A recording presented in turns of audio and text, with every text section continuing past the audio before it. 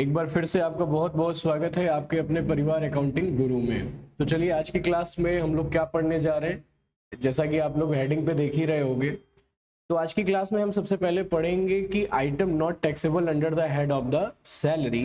अच्छा, last class में हम लोगों ने क्या पढ़ा था? लास्ट क्लास में हमने ये पढ़ा था कि कौन कौन से आइटम टैक्सेबल होंगे under the head of the salary, जिसमें आपने वेजेस पढ़ा था, एडवांस सैलरी के बारे में पढ़ा था, सैलरी रिसीव इन एडवांस पढ़ा था। कई सारी चीजें हम लोगों ने लास्ट क्लास में कवर कर लिया था। यहाँ तक कि हमने ये भी पढ़ा था कि 2 या 3 एम्प्लॉयर से अगर हमको पैसा मिल रहा है तो चाहे 2 एम्प्लॉयर से पैसा मिले चाहे 3 एम्प्लॉयर से पैसा मिले, वो आपका टैक्सेबल ही कंसीडर किया जाएगा। तो आज की क्लास का जो सबसे पहला टॉपिक है वो क्या है कि item not taxable under the head of the salary, यानी कौन कौन से ऐसे आइटम होते हैं जो कि हम सैलरी में टैक्सेबल नहीं करेंगे। देखो एक चीज जानो, यहाँ पे अगर सैलरी में नहीं टैक्सेबल हो रहा है तो इसका मतलब है कि वो किसी अन्य हेड में भी टैक्सेबल हो सकता है। आप ये नहीं कह सकते कि सर अगर सैलरी में नहीं टैक्सेबल हो रहा है तो जो आपके हाउस प्रॉपर्टी हुआ या कैपिटल गेन हुआ या अदर सोर्स हुआ या आपका प्रॉफिट गेन बिजनेस प्रोफेशन हुआ, सर इसमें भी टैक्सेबल नहीं होगा। नहीं, हो सकता है कि सैलरी को छोड़कर कहीं किसी अन्य हेड में क्या हो जाए, टैक्सेबल हो जाए। ठीक है। अब जैसे अगर हम पहली बात करेंगे, देखिए पहला क्या लिखा है, कहता है लोन फ्रॉम द एम्प्लॉयर। अगर आप अपने मालिक से लोन लेते हैं, भाई एक बात बताइए, लोन आप वापस करते हैं या लोन का पैसा आप रख लेते हैं, ये बताइए। अब आप कहोगे कि सर लोन का पैसा वापस कर देते हैं। तो अगर आप लोन का पैसा वापस कर दे रहे हो तो इसका मतलब आपने इनकम जनरेट ही नहीं किया है, आपने तो एक तरीके से लायबिलिटी क्रिएट की है ना। एम्प्लॉयर से आपने क्या लिया है, सर एम्प्लॉयर से हमने लोन लिया है। अब उस लोन का भुगतान आप टाइम टू टाइम करोगे, या तो आप लोन का भुगतान कैश के माध्यम से कर दो या फिर आप अपनी सैलरी से ही पैसा क्या करते रहो, कटवाते रहो। भाई मुझे याद है मेरे पिताजी जब ग्रेजुएटी से पैसा निकालते थे या पीएफ से पैसा निकालते थे तो वो जैसे उनकी सैलरी होती थी 35, तो वो जब लोन ले लेते थे तो फिर उनको 35 सैलरी नहीं मिलती थी, उनको सैलरी 15 या 20 मिल जाती थी। क्यों? क्योंकि वो हर महीने 10-10 हजार या 15-15 हजार अपनी सैलरी में से ही क्या करते थे, कटवाते थे। तो अगर किसी एम्प्लॉय ने अपने एम्प्लॉयर से कोई लोन ले रखा है तो वो टैक्सेबल नहीं होगा, क्योंकि ये आपकी कोई भी इनकम नहीं होती, ये आपकी क्या होती है बेटा, लाइबिलिटी होती है, और लाइबिलिटी पे कभी भी टैक्स नहीं दिया जाता। बताइए पॉइंट 1 समझ में आ गया कि नहीं आ गया? हाँ या ना में जवाब दीजिए। आ गया। दूसरा पॉइंट है आपका सरेंडर ऑफ सैलरी। सर ये क्या होता है? बेटा वेतन का समर्पण कर देना। वेतन का समर्पण, सर वेतन का भी समर्पण होता है। हाँ, वेतन को छोड़ दीजिए, किस लिए छोड़ दीजिए, सेंट्रल गवर्नमेंट की किसी भी सेंट्रल गवर्नमेंट के किसी भी वर्क के लिए या प्रोग्राम के लिए आप अपनी सैलरी को क्या कर दे रहे हो, सरेंडर कर दे रहे हो। सेंट्रल गवर्नमेंट का कौन सा प्रोग्राम, सेंट्रल गवर्नमेंट का कौन सा वर्क? अरे भाई एक बात बताओ, सेंट्रल गवर्नमेंट किसके लिए कार्य करता है? जनता के लिए ना। तो जनता की भलाई के लिए अगर आपने अपनी सैलरी को सरेंडर कर दिया तो उस सरेंडर ऑफ सैलरी पे भी आपको कोई भी टैक्स देने की आवश्यकता नहीं है, कोई भी टैक्स नहीं दिया जाएगा। अब जैसे अगर हम पिछले साल की बात करें, आपको याद होगा बिहार में बाढ़ आई थी ना, तो जितने भी सीआरपीएफ के जवान थे उन्होंने अपने 10 दिन या 5 दिन की सैलरी को क्या कर दिया था, सरेंडर कर दिया था। कोविड वाले ईयर में अगर आपको याद होगा, बहुत सारे ऐसे गवर्नमेंट डिपार्टमेंट थे जिन्होंने अपने 1 दिन 2 दिन की सैलरी को क्या कर दिया था, छोड़ दिया था। तो जो सैलरी आप छोड़ दे रहे हो, जो सैलरी आप रिसीव ही नहीं कर रहे हो, जरा सोच के बताइए क्या उस पे सेंट्रल गवर्नमेंट आपसे पैसा लेगा? नहीं लेगा। ये जो इनकम टैक्स है ये सेंट्रल टैक्स है, और आपने सेंट्रल गवर्नमेंट के प्रोग्राम में पैसा छोड़ा है, तो सीधी सी बात है सेंट्रल गवर्नमेंट आपसे कोई भी टैक्स नहीं लेगा। क्लियर हो गया बेटा? तो दूसरा पॉइंट क्या कहता है कि सरेंडर ऑफ द सैलरी, यानी किसी भी एम्प्लॉय ने अपनी सैलरी को सरेंडर कर दिया, सिर्फ किसके लिए याद रखिएगा, सेंट्रल गवर्नमेंट के लिए, सेंट्रल गवर्नमेंट की स्कीम के लिए, समझ में आ गया। अब सवाल ये आएगा कि सर क्या स्टेट गवर्नमेंट के लिए भी हम पैसा छोड़ सकते हैं? देखो छोड़ना आपकी मर्जी है, लेकिन स्टेट गवर्नमेंट के पास ये पावर नहीं होती कि वो आपसे टैक्स के बारे में पैसा ना ले, क्योंकि ये जो टैक्स है ये आपका सेंट्रल टैक्स है, ना कि स्टेट टैक्स है। स्टेट के पास ये पावर ही नहीं है। पावर किसके पास है? सेंटर के पास पावर है। क्लियर हो गया बेटा? तो अगर आप किसी सेंट्रल गवर्नमेंट के प्रोग्राम में अपनी सैलरी छोड़ते हैं, सरेंडर करते हैं, तो जो भी पैसा आपको रहेगा, जो भी पैसा आपके नाम पे क्रेडिट हुआ रहेगा, वो पैसे पे आपको टैक्स देने की आवश्यकता नहीं है। समझ में आ गया? अब देखो अगला पॉइंट है आपका फैमिली पेंशन। ये फैमिली पेंशन क्या होता है? पेंशन तो नाम सुना ही होगा, सही है कि गलत है बेटा? पेंशन का नाम सुना है कि नहीं सुना है? सर सुना है। अब देखो जैसे ये आपका कर्मचारी है, ये आपका एम्प्लॉई है। अब एम्प्लॉई जब तक जॉब करेगा उसको क्या रिसीव होगा? अब आप कहोगे कि सर उसको तो सैलरी रिसीव होगी, लेकिन आफ्टर रिटायरमेंट बताओ बेटा क्या मिलेगा उसको? सर आफ्टर रिटायरमेंट उसको पेंशन मिलेगा। अब धीरे धीरे सरकार पेंशन को खत्म कर रही है, ठीक है। पहले की पेंशन अलग थी, अब की पेंशन अलग है, ठीक है। हम उस पर चर्चा नहीं करेंगे कि पुरानी पेंशन क्या है, नई पेंशन क्या है। हम सिर्फ चर्चा करेंगे कि इनकम टैक्स में पेंशन के अमाउंट को हम कहाँ टैक्सेबल रखेंगे। देखिए ध्यान से, अगर पेंशन एम्प्लॉय सेल्फ रिसीव कर रहा है, इसको नोट करते रहिएगा, अगर पेंशन को एम्प्लॉय स्वयं क्या कर रहा है बेटा? रिसीव कर रहा है, तो जितना भी पैसा वो स्वयं रिसीव करेगा, जितना भी पैसा वो क्या करेगा बेटा? स्वयं रिसीव करेगा, वो टैक्सेबल होगा अंडर हेड ऑफ सैलरी।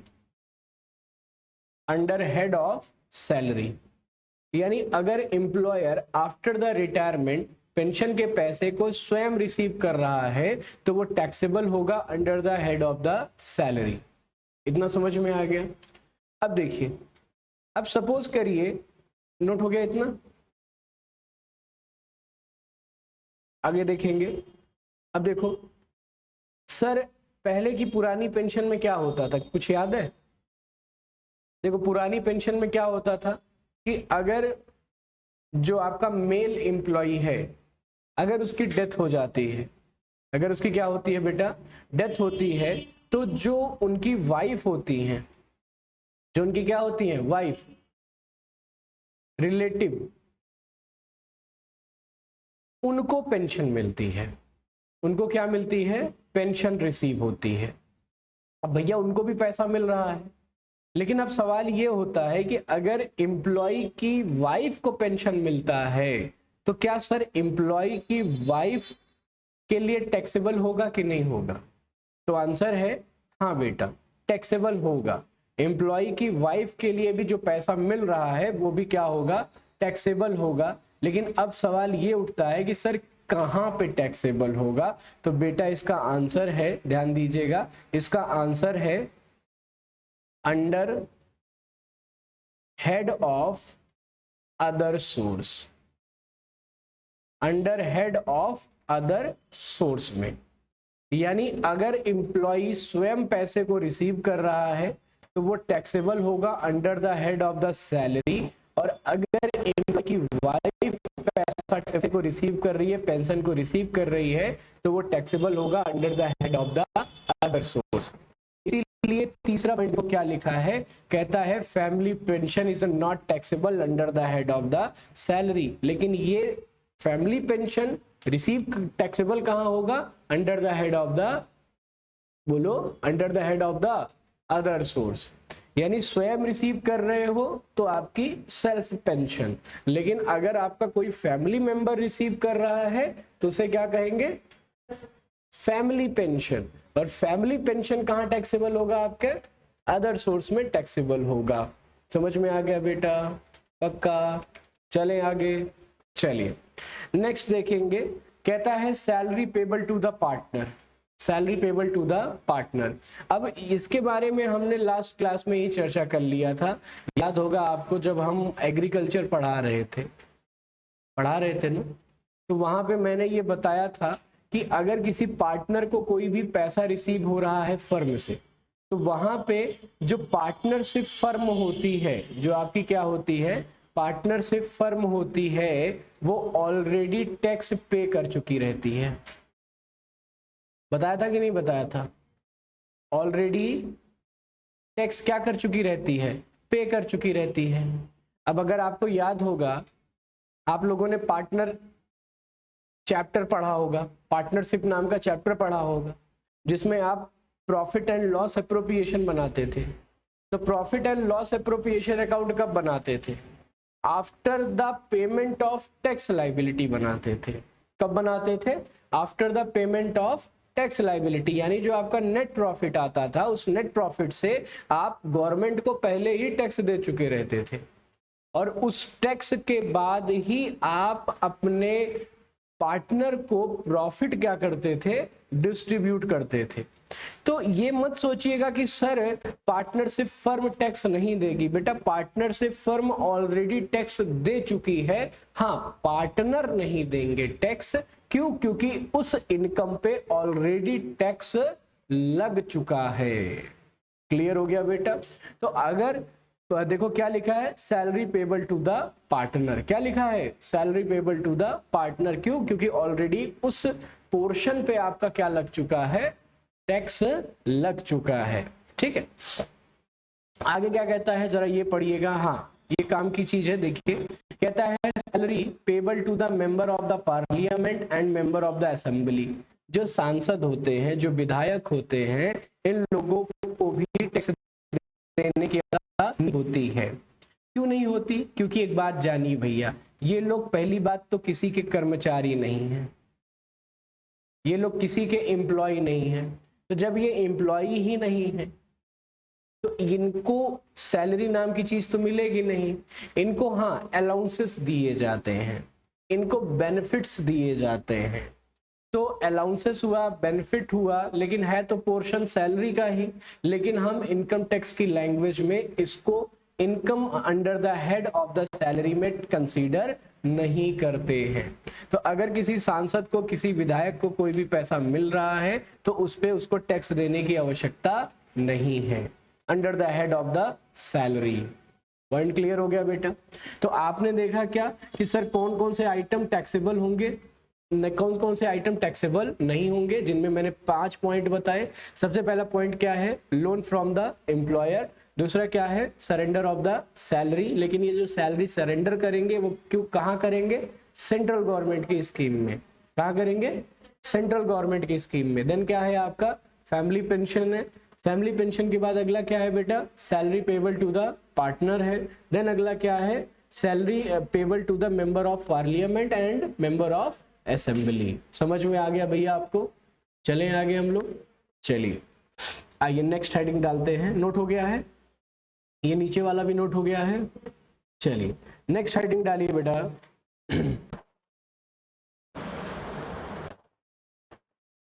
लिखिए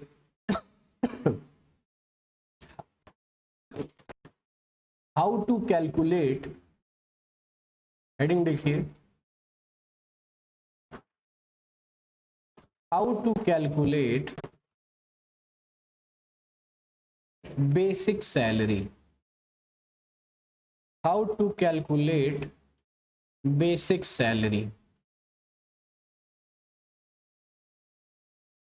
how to calculate basic salary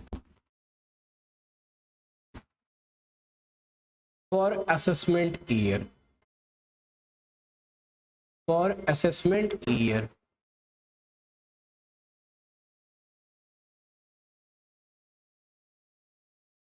आइए समझते हैं इसको, एग्जांपल से समझते हैं।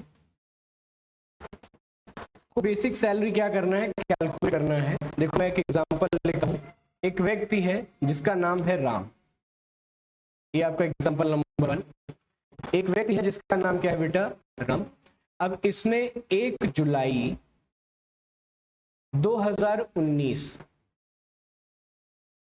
को अपना वर्क क्या किया, इसने स्टार्ट किया, यानी जॉब इसने करना स्टार्ट कर दिया।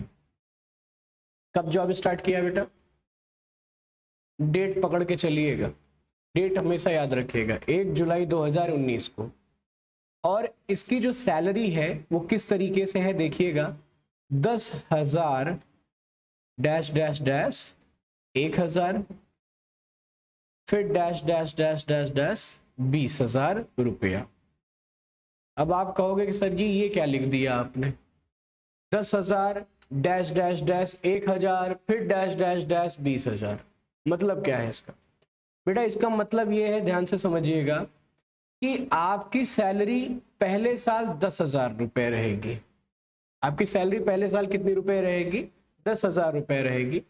हर साल आपकी सैलरी में 1,000 रुपया इंक्रीमेंट होगा, यानी पहले साल आपकी सैलरी कितनी रहेगी? 10,000। अगर मैं आपसे पूछूं बेटे अगले साल आपकी सैलरी कितनी रहेगी, तो 11,000 हो जाएगी। फिर मैं पूछूं बेटे अगले साल आपकी सैलरी कितनी होगी, तो आप कहोगे सर फिर 1,000 बढ़ गई, यानी अब 12,000 हो गई। यानी जैसे जैसे आपके साल बढ़ते जाएंगे वैसे वैसे उसमें 1,000 रुपया का क्या होता रहेगा? इंक्रीमेंट होता रहेगा। ये जो 1,000 दिया गया है ये इंक्रीमेंट अमाउंट है, बढ़ोतरी जिसे कहते हैं। क्या कहते हैं बेटा? बढ़ोतरी जिसे कहते हैं। और ये तब तक बढ़ता जाएगा जब तक आपकी सैलरी क्या नहीं हो जाती? 20,000 नहीं हो जाती। फिर आपके मन में एक सवाल आएगा कि सर 20,000 के बाद क्या? अरे भाई 20,000 के बाद एम्प्लॉयर जाने और एम्प्लॉय जाने, हमारा काम सिर्फ बेसिक सैलरी निकालना है। ठीक है भैया? तो आपने क्वेश्चन क्या देखा? आपने कहा सर 1 जुलाई 2019 को राम ने वर्क करना स्टार्ट किया, 10,000 की सैलरी पे 1,000 इंक्रीमेंट है और 20,000 रुपए तक बढ़ेगा। आपसे कहता है कैलकुलेट बेसिक सैलरी। आपसे क्वेश्चन कहता है calculate basic salary for assessment year 2022-2023 for assessment year 2022-2023। चलिए क्वेश्चन समझ में आया कि नहीं आया पहले ये बताओ। क्वेश्चन आ गया समझ में? क्वेश्चन सॉल्व करें। अब देखो आपको असेसमेंट ईयर 2022-2023 का सैलरी निकालना है। कहने का सीधा सीधा मतलब है, एक बात बताओ, असेसमेंट ईयर में हम लोग टैक्स का पेमेंट करते हैं ना? अच्छा इनकम कब जनरेट करते हैं? सर इनकम तो हम प्रीवियस ईयर में जनरेट करते हैं। यानी कहने का मतलब है कि क्वेश्चन भले ही आपसे असेसमेंट ईयर कहे, लेकिन आपको जो अपनी इनकम दिखानी है ना वो प्रीवियस ईयर की ही दिखानी है। और प्रीवियस ईयर जरा बताइए क्या होगा आपका? 2021-2022। यानी जो आपको कैलकुलेशन करना है वो 2021 और 2022 का करना है। बताओ इतना समझ में आ गया कि नहीं आ गया? चलिए आइए अब निकालते हैं बेसिक सैलरी। तो देखो बेसिक सैलरी को निकालने का सीधा सीधा रूल क्या है देखो जरा। तो 1 जुलाई जहां से स्टार्ट हुआ था वहीं से पकड़ के चलो। 1 जुलाई 2019 बेटा साल, एक साल कब पूरा होगा जरा बताइए? एक साल कब पूरा होगा? आप कहोगे सर 1 जुलाई 2020 को, है ना? यही होगा। सर 1 जुलाई ना लिखो 30 जून लिख दो तो समझ में ज्यादा आने लगेगा। ठीक है लिख दो 30 जून, हमें क्या है, एक साल यही पूरा हो जाएगा ना, 12 महीना यही तो पूरा होगा। आपकी सैलरी कितनी रहेगी बेटा? 10,000 रहेगी। सही है। आगे देखो दूसरा साल कब से स्टार्ट होगा बेटा? सर 1 जुलाई 2020 और खत्म कब होगा? सर 30 जून 2021, है ना? अच्छा इस बार आपकी सैलरी कितनी हो जाएगी बेटा? 11,000। सर 1,000 का इंक्रीमेंट हो गया, यानी कितना हो गई आपकी सैलरी?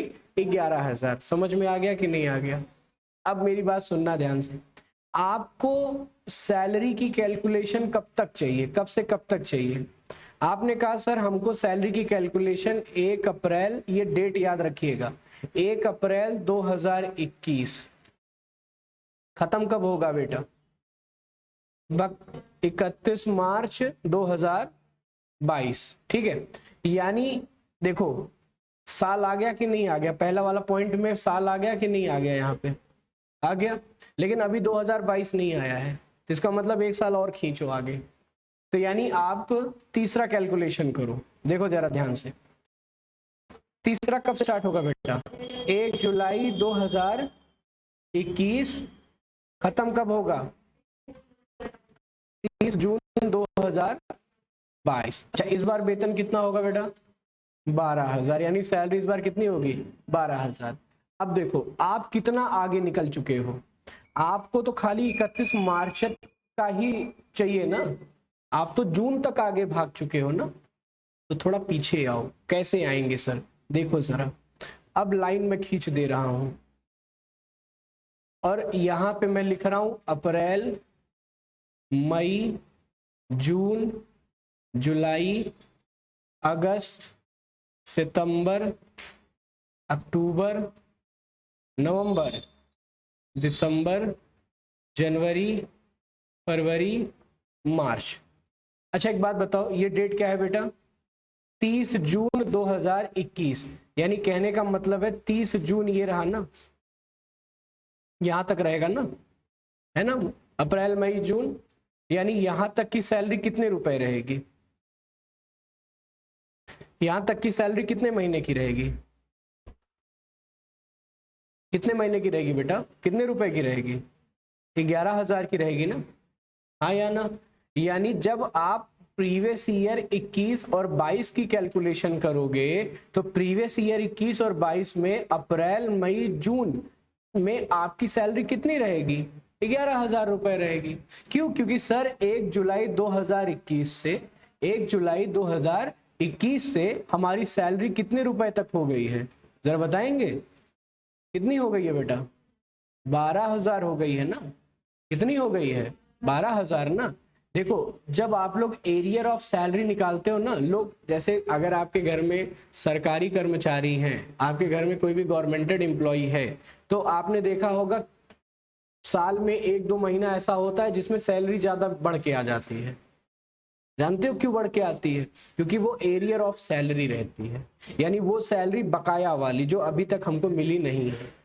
तो जब हम कैलकुलेशन करते हैं तो इसी आधार पे हम लोग कैलकुलेशन करते हैं। ठीक है बेटा?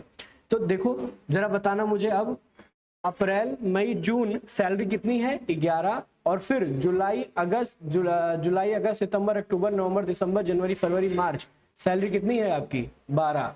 तो जब आप कैलकुलेट करेंगे, जब आप क्या करेंगे? कैलकुलेट करेंगे, calculate the amount of basic, amount of basic salary, आप सीधा लिखेंगे सर 1 अप्रैल से लेकर कब तक बेटा? 30 जून तक 11,000 इंटू 3, 11,000 इंटू 3। देन उसके बाद दूसरा क्या है बेटा आपका? 1 जुलाई से लेकर 31 मार्च, कितना हो जाएगा बेटा? 12,000 इंटू 9। तो अमाउंट जल्दी से बताओ बेटा, यहाँ पे 33 आ गया, और यहाँ पे कितना आ जाएगा? जल्दी से बताएंगे। 12 9 108, 1,08,000। तो टोटल आपकी सैलरी कितनी होगी? जोड़े बताओ। 1,41,000 रुपया।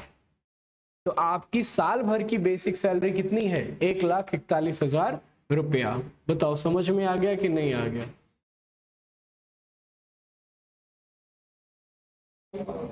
देखो अभी 2-3 क्वेश्चन आप लोग जब करेंगे ना तो आपको और दिमाग चलेगा। ये तो शुरुआत का क्वेश्चन है।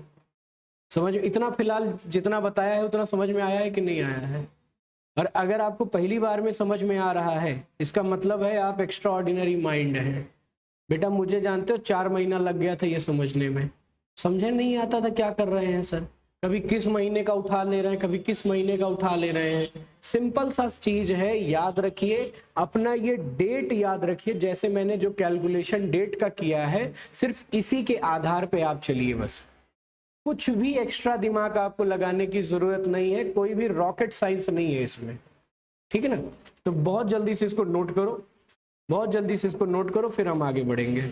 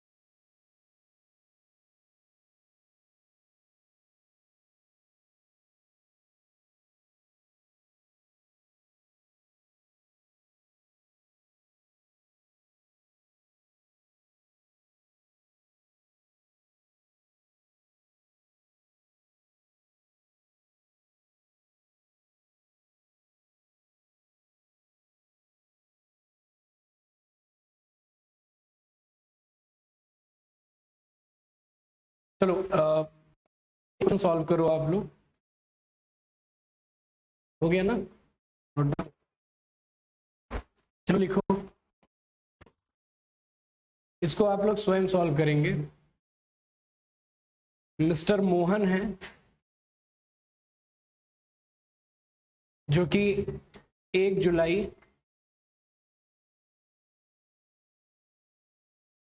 2015 को जॉब में सेलेक्ट होते हैं। उस समय इनकी जो सैलरीज थी वो 10,000 थी, डॉट डॉट डॉट 250 रुपये बढ़ेगी। कब तक बढ़ेगी बेटा? 11,000 रुपये तक। फिर 11,000 के बाद इनकी सैलरी बढ़ेगी 500 रुपया। इनकी सैलरी कितना बढ़ेगी? 500 रुपया बढ़ेगी। फिर डॉट डॉट डॉट, और कितने रुपए तक बढ़ेगी? 20,000 रुपये तक बढ़ेगी। यानी 10,000 सैलरी, पहला इंक्रीमेंट कितने रुपए से होगा? 250 रुपये तक। और 250 रुपये कब तक बढ़ेंगे? जब तक अमाउंट कितना रुपया नहीं हो जाता? 11,000 नहीं हो जाता। और 11,000 के बाद फिर आपका इंक्रीमेंट हर साल कितने रुपए का होगा? 500 रुपये का होगा। और कितने रुपए तक होगा आपका? 20,000 रुपये तक होगा। अब आपसे कहता है calculate basic salary, calculate basic salary for assessment year, for assessment year 2022-2023। अब ये क्वेश्चन आप लोगों को सॉल्व करना है, और सॉल्व करके जो नंबर आपका स्क्रीन पे चल रहा है उस नंबर पे आपको क्या करना है? सेंड करना है। बाकी किसी भी प्रॉब्लम के लिए कोई भी अगर आपको समस्या होती है तो आप हमें मेरे बताए हुए नंबर पे जो आपका स्क्रीन पे चल रहा है इस पे व्हाट्सएप या कॉल कर सकते हैं। क्लास कैसी लगी इसके बारे में ज़रूर अपना कमेंट दीजिएगा। मिलेंगे कल, तब तक के लिए आप सभी अपना बहुत बहुत ख्याल रखिए। जय हिंद, जय महादेव।